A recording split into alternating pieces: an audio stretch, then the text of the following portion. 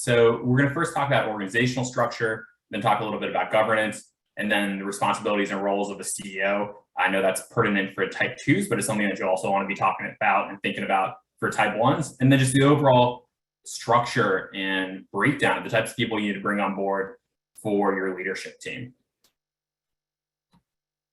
So first and foremost, I want to do a couple clarifying points before we get into this. The first is going to be about region of service. What does it mean to actually have your region and your community involved? What does it mean to build with your community? And what do we mean when we say we're putting geography front and center?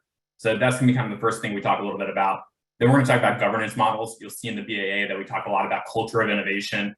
What does that mean? What does it mean to be flexible and nimble? We've gotten a lot of questions in the chat. We've gotten a lot of questions in office hours about what we are looking for in a CEO, who can serve, what does that entail? And then last but not least, the BAA rolls out some information about what we're looking like in terms of the structure of the overall leadership team. And then what are some of the boards that are required, both the advisory and the governance boards that are requirements as a part of the development of the NSF engine. So we're going to dig into all these topics today. But to kick things off, I want to talk a little bit about what makes an engine regional. So this is a slide you've seen many, many times, but I'm going to talk about it slightly differently than perhaps what you've seen in the past. So at its core, an NSF engine has a regional focus. When I was reading through a lot of these concept outlines and others, people would say, we'll start in this one place and then we'll expand to the entire Midwest and then we'll be expanding to the entire nation. And that's why we're going to be so fantastic. That's kind of a different interpretation of how we're thinking about NSF regional innovation engines than perhaps people who wrote in that manner were thinking about it. At the end of the day, we want to be driving economic growth. We want to be driving innovation in a very specific place. We want to understand that you have the partners in place to drive that innovation in that place. We want to understand how your engine is inextricably tied to that region, not something that you can just pick up and plunk in a different place 2 years from now. This is about driving economic growth in a region, building on regional assets, and doing things that perhaps have never been done before, but with real community engagement, real community impact, and all of these things being kind of centered around place. So, there's questions about what's the right size of a region of service, what's too big, what's too small. And these are all really good questions.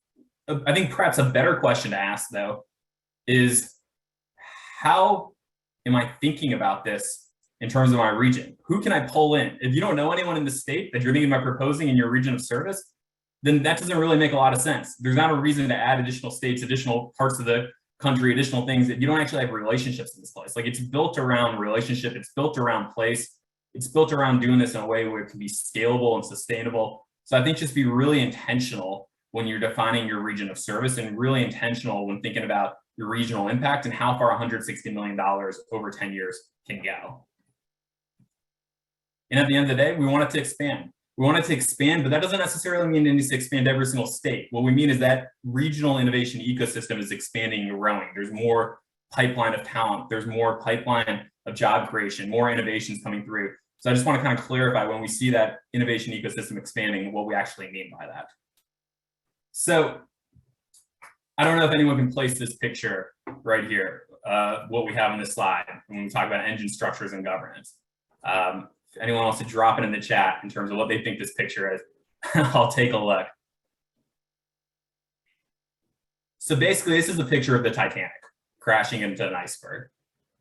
It's a bit tongue-in-cheek, but it's also important. If your organization, you might have added in every single person, and you might be the biggest organization in your region, and you think as a result of that, we should be the lead organization on an engine. We can do this. But if your organization isn't nimble enough to be able to move in a lot of different directions, to be able to change course in order to do creative things, because it takes 2 years to get anything done through the approval processes, through everything else, then perhaps you should be involved in an engine, but you should ask some tough questions about if you're the right organization to lead an engine. If leading your organization and moving it in new directions, getting it to creative things is like trying to redirect the Titanic around an iceberg, you need to prove to us and you need to explain to us in this process how you're going to do things differently so that you are able to drive that impact and you are going to be able to develop that culture of innovation.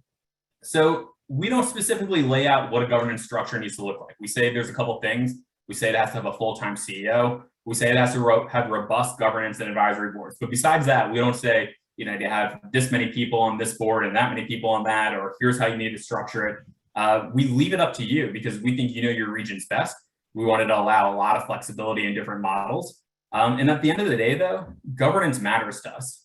We want to build engines that have intentionality, creativity, the ability to do things nimbly, and also accountability. When I say accountability, I don't just mean accountability at NSF. I know, this is a cooperative agreement, it's milestone based. So that's one way that people think about accountability. I also think about accountability in terms of accountability to the community, accountability to your advisory board, accountability to your stakeholders. Your governance board is just as important in how they're interacting with you as how you're interacting with NSF. We want to see this be built with the community at the table, front and center. So while you might just think about your accountability to us, I encourage you to think about accountability more broadly. So I'm gonna have a couple slides like this throughout the deck, which is just pulling out information from the BAA. And I don't expect you to read every single thing here, but we highlighted a couple things that we think are important. For example, we think you all determine the engine structure. You tell us what makes the most sense. It's up to you all to think about these overall structures. But there's a couple things that we think are critically important and are non-negotiables. It needs to be a CEO-led organization. We call that a project director or a CEO. We need to see a leadership team that has experience and backgrounds in multiple sectors. If it is a team of purists, I think it's really hard to do this well. We need people who have the ability to be kind of cross-sector athletes, who can speak multiple languages, who can work with people in different backgrounds and have experience and understand the perspective of people who might come from a different perspective than their own. And, as we heard about in this last session, DEIA starts from leadership, and it has to be ingrained in everything that we see coming out of an NSF engine. And then last but not least, accountability is key. So we talk about the fact that NSF has the ability to terminate engine awards over the course of the 10-year period if they're not moving along towards milestones. I know Erwin brought this up, I know others as well. This is not meant to be a threat or something scary, but really just kind of how we want to work with you over the course of this period to shape it and guide it in a way where you're driving impact, as opposed to here's your money, we'll come back 10 years later and tell us how it went. Like, we want to co-shape this, co-create with you. We want to make sure you're co-creating with your community. Hey, Dan, can I jump in and suggest that we'll take questions. We want to take questions now and as they come to mind. So go ahead and use the Q&A part and submit questions. We'll get to as many of them when Dan finishes as we can. Great, appreciate it. So this is another slide that you probably have seen in other presentations. And I think it's important because I want to highlight two different things. Having read many, many concept outlines, I think there's two things that come to mind here. One, obviously, we're open to very different types of organizations leading. It could be new entities created, it could be entities that already exist. But a lot of people are saying, or looking at some of the language in the letter of intent or others and saying, okay, I need to have 20 organizations. How do I stack in 20 organizations? But if you look at this, we're thinking about it very differently. There are organizations who are core partners, who are involved in co-creating, who are receiving funds, who are contributing funds. Those are the ones in the dark blue. And then there's additional organizations that are in your ecosystem. There are other partners. People have used the word affiliates. I mean, there's a lot of different ways to think about them. But I think some people are kind of racing to, I need to get to 20 partners, and that should be the goal. What we want you to do is build a structure where people can actually contribute and people can make a difference, and where you are nimble enough to be able to go in different directions and try different things, but also very inclusive of the community. So I know that's a delicate balance, but I think what I've seen a little bit in some of these concept outlines coming through is people saying, we need to have all these organizations and we're going to throw as many as we can towards NSF so that it can say we covered all those buckets and we have everything. The sheer number of organizations is less important to us than understanding how you are going to interact with them, how you all are going to work in a cohesive manner. So telling that story and thinking about who are the right people around the table and how you actually lead as opposed to herding cats is really important to us. So the management plan and the culture of innovation. We talk about culture of innovation, and there's a couple things that I think are important. You need to build trust. You need a diversity of perspectives. We talk about that in the leadership team, and we want to encourage risk-taking.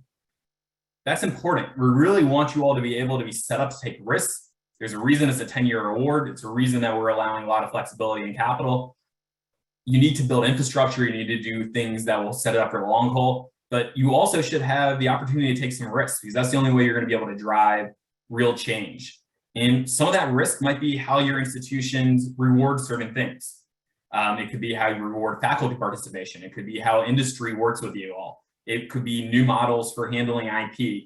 All of these things are really, really important, but we want to know that you're developing a workforce. We want to know that you're developing deliverables, products, other things that will benefit society as a whole. So when we think about culture of innovation, these are some of the things that we're talking about. We call out a number of different examples of what potential models could look like, but it's up to you all. Like, come to us with your creative ideas, and we're excited to see them.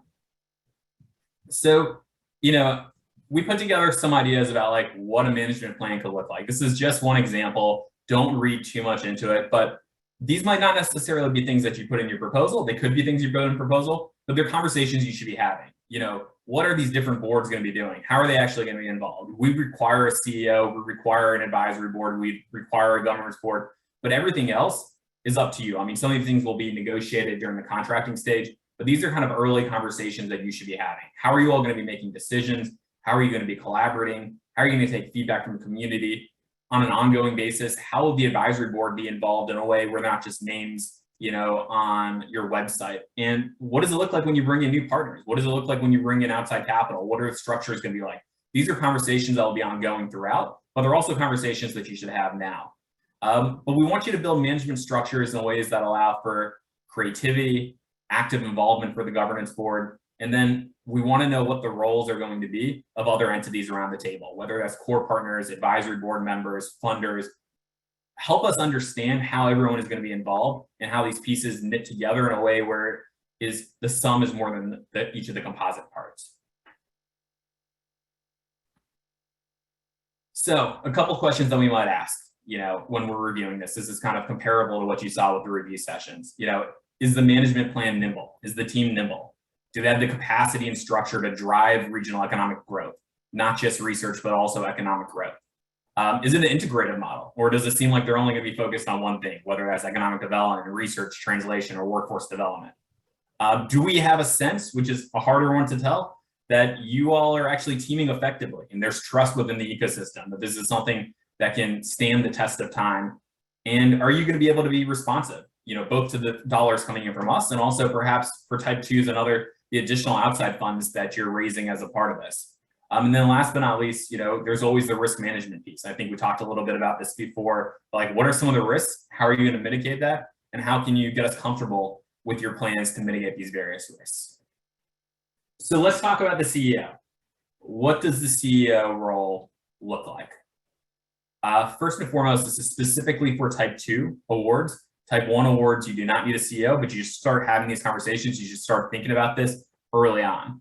You have up to 6 months after you receive a type 2 award to put a CEO in place. If you've identified that CEO before at the time of your application, and you have someone in mind, that's fantastic as well. But you do have kind of that flexibility for up to 6 months after receiving the award.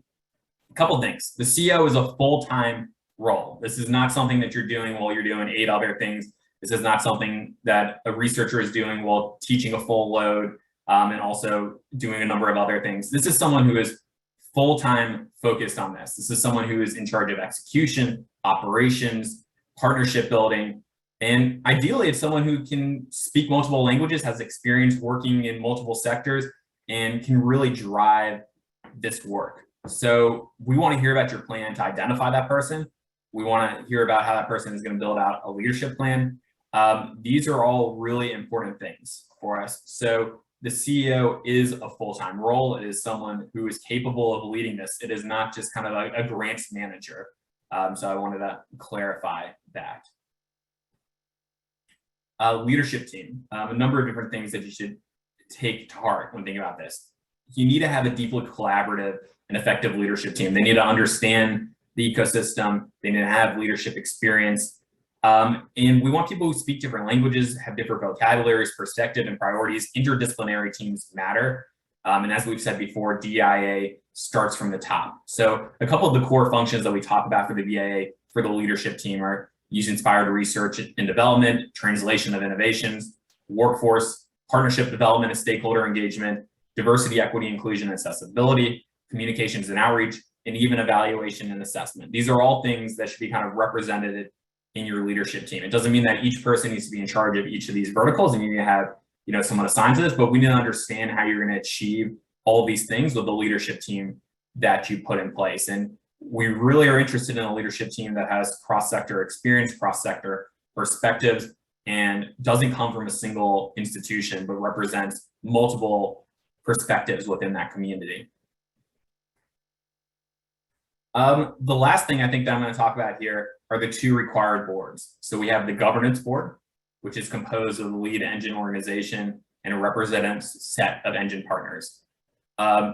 This board is very involved in oversight and responsible for performance. The CEO should be a member of this board, and this is a hands-on board. These folks are around the table and deeply involved in everything the NSF engine is building.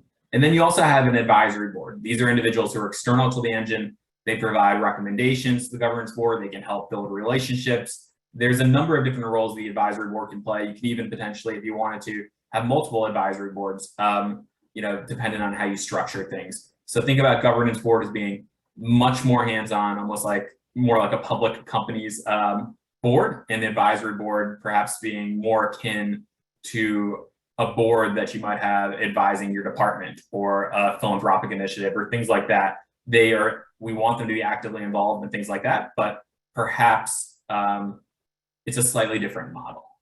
So I know that we've put a lot of information out here. I know probably some of these things have been slightly confusing or might need additional clarification. So I want to use the remainder of this time just for Q&A. But before I kick it over to Randy to help with Q&A, there's one thing I just want to emphasize, and I think I've been saying it throughout, but I think it's just really, really important here. Governance matters. The way you build this matters. The culture that you put in place from the start matters. And if it feels like it's just one big fish and everyone else is kind of getting some dollars or involved in some minimal way, you're not going to transform your region. Like, you need to build this in a way where everyone is bought in. We really want to reinforce the importance of developing this culture, developing these approaches, developing these governance structures where there is accountability, where there is collaboration, and we're able to change your region in a meaningful way. So the question is, if we have a region with limited capabilities, how can we build an engine locally? What would happen if we need to access capabilities from outside the region? Comments, thoughts along this vein, Dan? Yeah, absolutely. So I think we've said this in a number of different settings. You're welcome to bring in partners who are from outside your region. What we really want to see is that the benefit is enduring to that region of service. You know, let's say you're located in Mississippi and you need to bring in a partner from, you know, hypothetical Boston or whatever it might be. That's completely fine, but we want to make sure the benefit is going to endure to your region within Mississippi, and that they are actively benefiting your community and the outputs are going to benefit your community. So if you're in a position where you're not sure you are able to find all the resources within your community, one, I recommend that you use the different collaboration tools that we put forward and try to encourage folks to reach out to you and bring them in. And two, it's okay to look elsewhere, but we just want to make sure that the benefit is really enduring to that community and that the lead organization is based in of that community. So we've got two more questions kind of along that vein. I'm gonna respond to them. One is about from a person who is an expert outside of a region that's been approached by a region. They asked for some clarification, and the second is a comment that venture capitalists are often located on either coast, and what if your engine were in a different area? And I think that you can read from the spirit of Dan's comment that yes, the key thing is that it should benefit the region of service. And I'll add one more thing, which is that as possible, it will be stronger if you can identify a plan over time to strengthen that area in your region. So if you had to bring in an expert from for the first few years, how can you build up that strength over time and have it be centered in the region of service? So another question for Dan is if the lead institution is an institution of higher education, Will the faculty member be required to drop their faculty assignment and function as the CEO director full-time? It is up to the lead organization to determine how they hire the CEO, if it's an internal hire, or if it's a national search that they're going to do for that role. But if you are going to be the CEO of a Type 2 engine, or NSF Engine, which is a Type 2 award, it's a full-time role. So yes, you would need to be focused on this full-time, and this would be something that you're doing as a full-time role. There could be opportunities on advisory boards, other potential opportunities on the leadership team, where you could potentially hold on to other responsibilities within your home institution. But if you are going to be the CEO, and managing up to $160 million plus, we expect you to be working full-time on this. Right. And kind of along those lines, there's another multi-part question, but the key part here that I'm going to give to you, Dan, is can a new for-profit biotech spinoff be the lead on an engine's proposal? Maybe some insight on that. Yeah, I mean, a for-profit, a nonprofit, or an institution of higher education are all eligible to lead. The question I would ask is this for-profit biotech spin-out able to do all the things that we're looking at, or at the end of the day, are they just going to be doing things that benefit that biotech spin-out?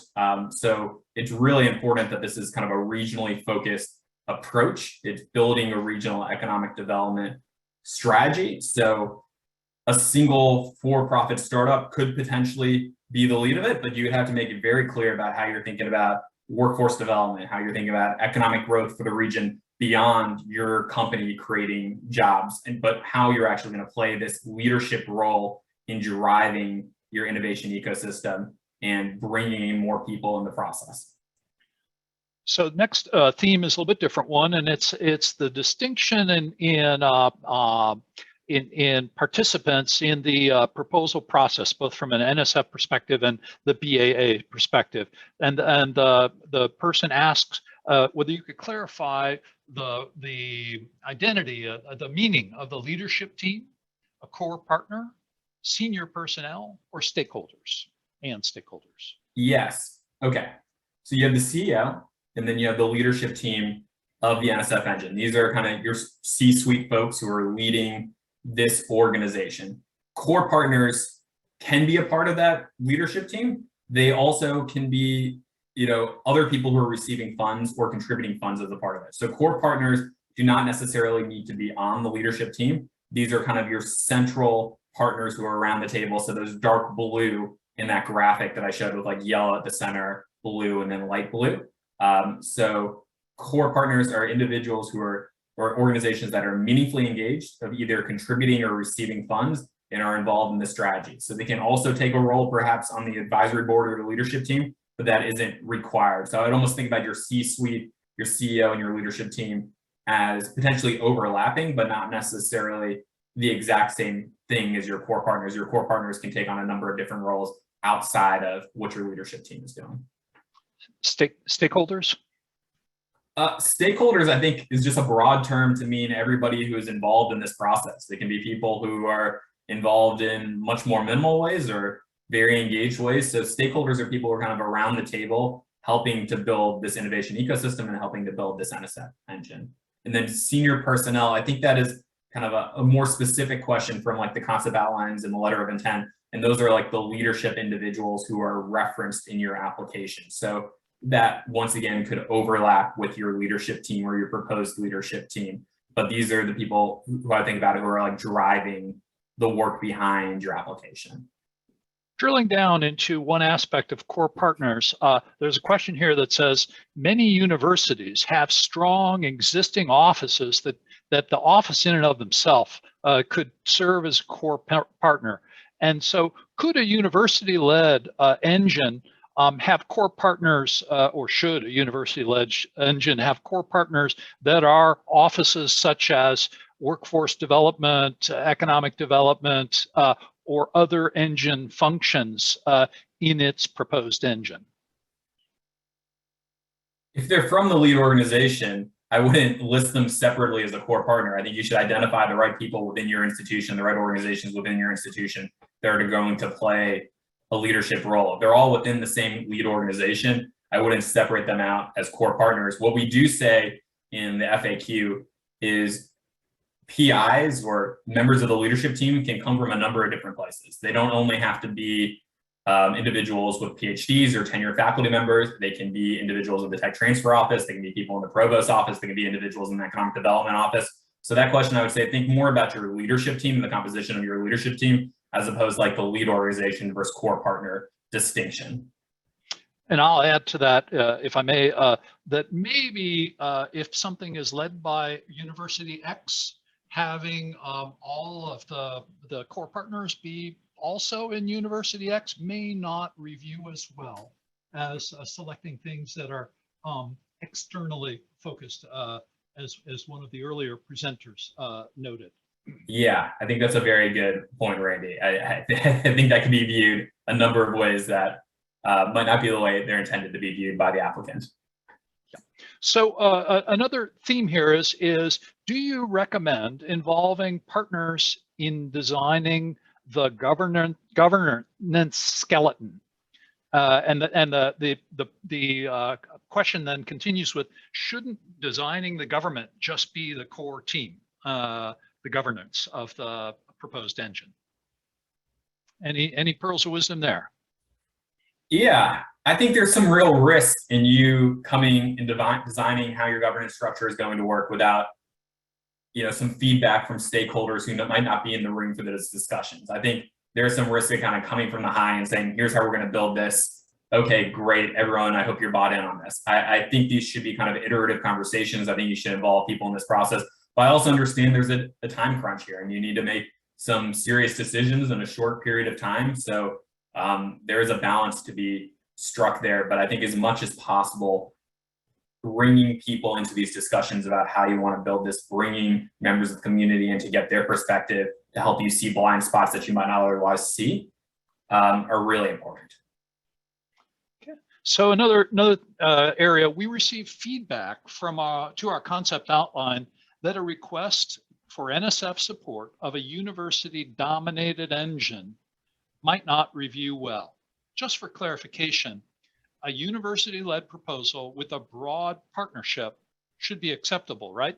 Can you expand any further thoughts in this direction? So it's an interesting question. And the word university dominated, I think, is interesting in terms of the feedback that you received back. I guess the way I would interpret that would be, it sounds like the university is trying to do everything and they're not bringing in other people, or perhaps it wasn't made clearly enough in the concept outline how you're going to bring in the other partners. And I think the feedback there is probably around, is this really regionally based? Is this really going to benefit the region, or is it the university leading the charge and everyone else needs to kind of fall in? So to be very clear, universities are absolutely eligible to lead. We want to know and understand how the university is going to work with the other stakeholders in this community to drive things in a meaningful, collaborative way. So I didn't write that specific feedback, but that's kind of my first take on how I would think about it. Thank you very much. Hey, I'll chime in and say these questions that we're seeing are outstanding. Please keep them coming. Keep the creative juices going. We'll do our best to get as many of these answered as we can. We've got a lot. And the next one is one that I'm not sure whether you're going to want to answer or not, but I'm going to say it anyway. How do you anticipate the governance board of the engine interfacing with the board of the lead institution or organization? So the governance board for this specific engine, how would they work with the board of, let's say, an academic institution or a nonprofit that is leading this? Yep. It's a good question, and I'd probably leave that up to the applicant to sort that out. I don't mean to be evasive in that sense, but I know each institution will have different rules. But you shouldn't have to fall lockstep in line with the lead organization's board of trustees or advisory board, because what you're trying to do is perhaps very different than the mission of that lead organization in its traditional sense, or what you're trying to do has a different approach to things than perhaps how that for-profit, that nonprofit, that institutional higher education has done things in the past. So I think having regular communication, which we talked about, in collaboration is really important. But I also think creating kind of a level of autonomy for the engine is important in order for it to be able to do its work well. So there's another board question. I'm going to give Dan a break here and try and answer it first myself. And that is, how do you see these boards varying, the governance boards and the other boards that would be involved in an engine during a Type 1 planning award versus a Type 2 execution phase? And my response to that is that during the Type 1 period, we would like to see the intent of what the board would be anticipated to do. As you head towards Type 2, we would like to see some evidence that you can select a powerful board that will help you execute that engine. And we would like to see a more fully flushed out structure of the ensemble of the committees, boards, and other governance entities that you would like to see, and things like draft charters, frequency of meeting, etc. Dan, anything you want to add to that? No, I think that covered just about everything, Randy. I just want to say, it sounds like you're going in and out a little bit with your sound, so you might want to move the microphone a little bit closer. The one thing I would just add is, yeah, I mean, the Type 1 award is really helping you prepare to build an NSF engine. So you're going to be going through a bit of an exploration phase. You're going to be building different communities, bringing people together, building infrastructure, which will hopefully help set you up to then create these governance boards, these leadership team structures, and things like that. But during that period of Type 1 exploration, building, collaboration, you might ultimately decide that the organization that's going to lead your Type 2 proposal or ultimately lead to your NSF engine will be different than the organization that sat in that seat when you had the Type 1 award, or you might even decide that you want to team up with another team, as you go for a future award. So these are all possible outcomes as you go through the process.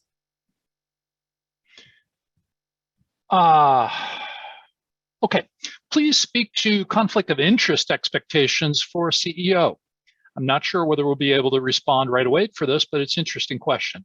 For instance, is it appropriate for the CEO to also be an investor in startups in the ecosystem?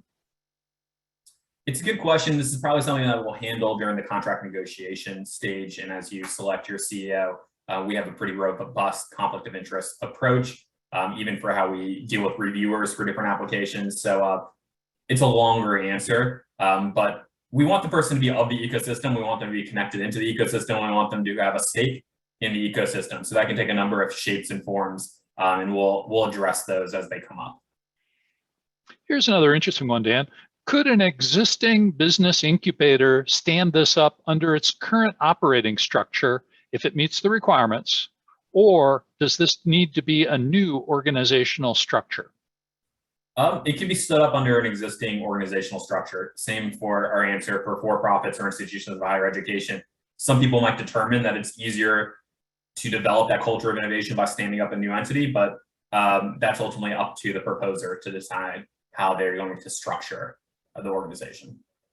I'll add a little bit to that, you may want to be careful about how the reviewers would view it and how it's framed, especially if there's any for-profit character to the entity that stands it up. We want to shy away from and would not likely review well is the perception of an entity selling its services or benefiting from its products. Let's see. So here's a question. What is more beneficial, creating the engine around an entity in a more developed, still neighboring area, or centering the engine in a proposed underrepresented region and using the funds to outsource research activities, provide training opportunities using the resources of a neighboring area? That's tough to answer directly. So I would just say, we need the engines to be building on regional assets. We want them to be strengthening ecosystems. We have a focus on regions that have not fully participated in the tech boom. but we want to make sure you're building on regional assets. I don't want to answer that question with too much of a point on it because I don't know the circumstances around it. I'd recommend if people have additional questions on the front that they come to office hours when we announce them later this week. Here's an interesting one, Dan. Please further define benefit the region of service. Do you mean that the region of service is the target market for the engine, or do you mean that the region of service will benefit through increased economic activity? I mean the latter. You need to be benefiting that region. It isn't, what we're going to develop could potentially help these people in this place that is far away. Therefore, that is our region of service. We want you to be building with the intention of benefiting the community in which you are building. So I wouldn't think about it in terms of markets, but rather in terms of the community in which you work, in which you innovate, and in which you build. Here's one we've already talked about, but I'm going to ask it in this different way. Will the leadership team members be limited to the lead organization? Can the leadership team be different from the proposal team? Leadership team different than we expect you to be building the leadership team over the course of this process, and we expect that team can iterate and change over time. The leadership team isn't just necessarily going to be all individuals from the lead organization. It could be a number of different structures that you all take. Obviously, a CEO needs to be employed at the lead organization, but we want the leadership team, more importantly, not where they work or how that is all structured, but for them to be bringing in unique perspectives, to be working on different problems, to be able to reach different communities and engage on a number of different fronts that are not just purely research, they're not purely economic development, but really a diverse set of perspectives. So rather than getting caught up on what organization your affiliation was with to be on the leadership team, think about what the leadership team would look like, what that ideal structure would look like, build that, and then some of these other things can be sorted out. I know that's harder to think about when you're coming from an academic setting. I understand that, having worked in multiple academic settings in the past, but that's kind of the philosophy I would encourage you all to take. So here's another one. Can you elaborate on the outcome of commercialization? Is building community wealth a priority? Yes, it is. And that is one of our stated priorities in the BAA. Community wealth building is central. Yeah, will conflicting priorities need to be balanced? I don't see how community wealth building is conflicting with anything that we're laying out in terms of the goals of NSF Engines. Our goal are to drive regional and inclusive economic growth. The fact that we want to do this in an inclusive way that benefits people who are within the engine and beyond it, I think is very much aligned, as opposed to potentially being in conflict with some of the other goals. I don't know if there's additional parts to that question, but I view these things as being complementary, and I think they're central to building a thriving ecosystem that's built to last, and one that doesn't drive additional inequality in that region, but rather drives a broader, more inclusive set of stakeholders who are benefiting from these engines activities. So here's one to close us out. I think we're running out of time here. The question is, we're comfortable and qualified to assume total control as the lead organization. How important is it to balance authority between the CEO, absolute decision power, and to show a mechanism for distributed input and trust across the core partners and the ecosystem? You need balance. Balance is critical here.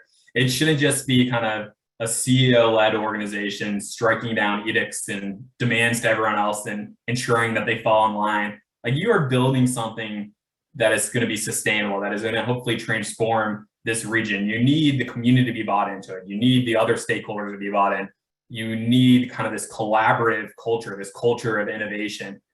So just because you might think that you're qualified to lead this and you have all the expertise in-house, it's very hard to be successful taking that approach. We heard that in Sue Wyndham-Bannister's remarks. We heard that in a number of different ways, that you need a governance structure that's strong, but you also really need a bottom-up approach so that continually new ideas, new approaches are coming into the fold, as opposed to getting stuck in a certain way of thinking or a certain approach based on things that you've done in the past. So I'll stop there. I know we need to wrap I know up? yep, we're over time. I will encourage, as Dan closes us out, if you have additional questions on your mind, please submit them. We value your questions, and we'll try and be responsive to your questions. Got it. Well, I am hearing if people do need to leave, they're welcome to. Dimitri has said that if there are additional questions that folks have, we're happy to hang around for the next 10 or 15 minutes. So if people do want to keep inputting questions, they can. If people need to head out, they can do that as well. Okay. So can you reiterate, Dan, a little bit more on the evaluation criteria and the things we're looking for in the Type 1 planning proposals? So I think that's a broader question. I think we've talked about that in a number of different venues. So I'd probably recommend that you take a look at some of the YouTube videos that we posted online to kind of talk about a broader topic around like the review criteria for Type 1 proposals.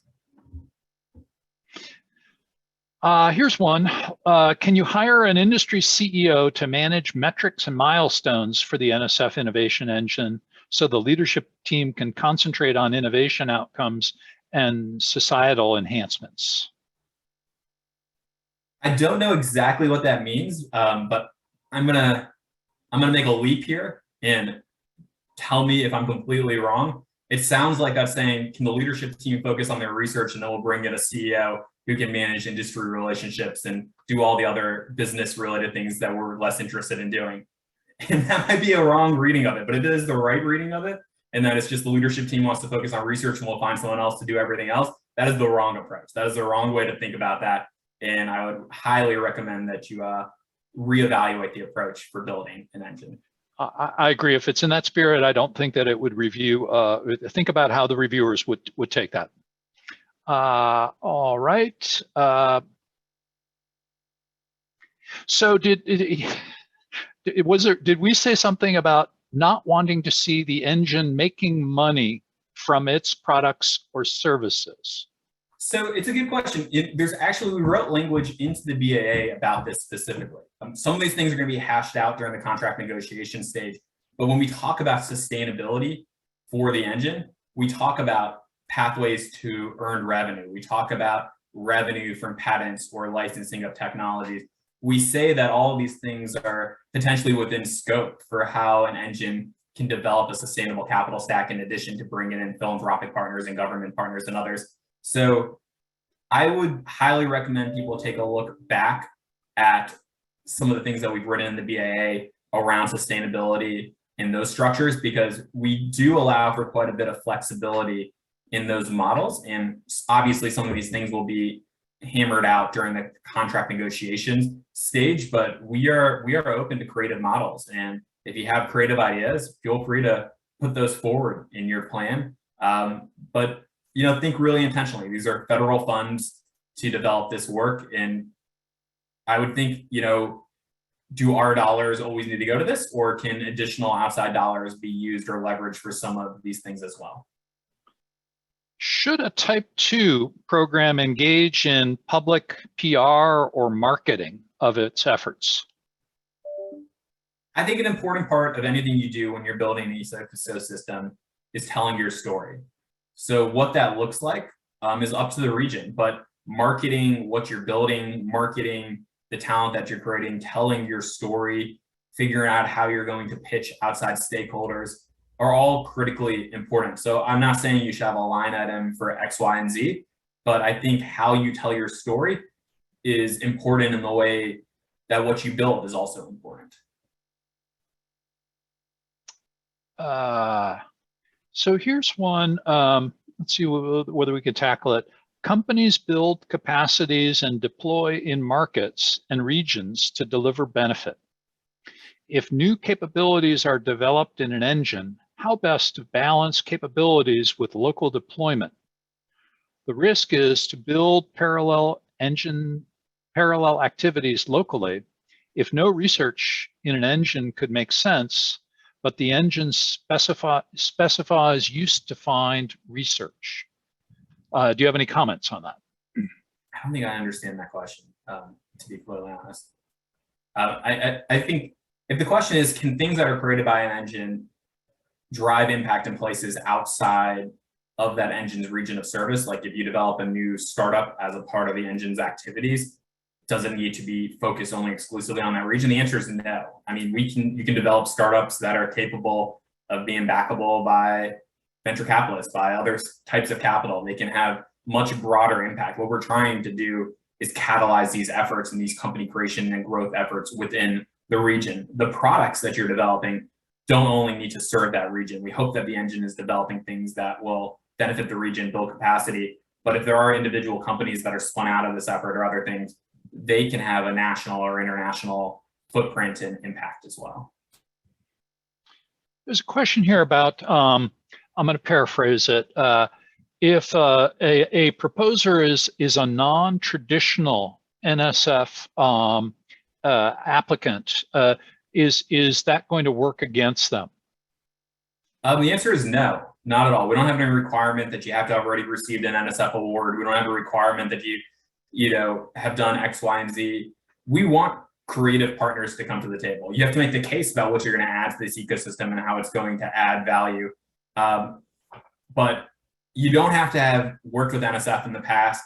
If someone's telling you, you have to do that, that isn't the case. We want the people who are the best able to lead this work within a region, coming around the table and working together. And regardless of their perspective, their backgrounds, there's a place for you. And that's really important. I think it's an important part of our philosophy and our approach. I'm now getting word that we should be wrapping up though, Randy. So Okay. I think we've gotten some fantastic questions. I know there's probably many more that we didn't get to. We're going to try to do a Q&A coming out of this to capture the questions that we weren't able to answer today. We're also going to have office hours coming up. NSF Engines email account is going to be open. So all of these things are really important and continuations of today's effort. The one thing I want to reinforce is use the collaboration tools. Talk to other people who are applying.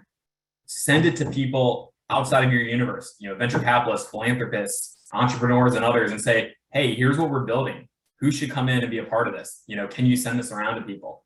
The way we're going to build these inclusive teams, these cross-sector teams, is by getting these tools in the hands of more people.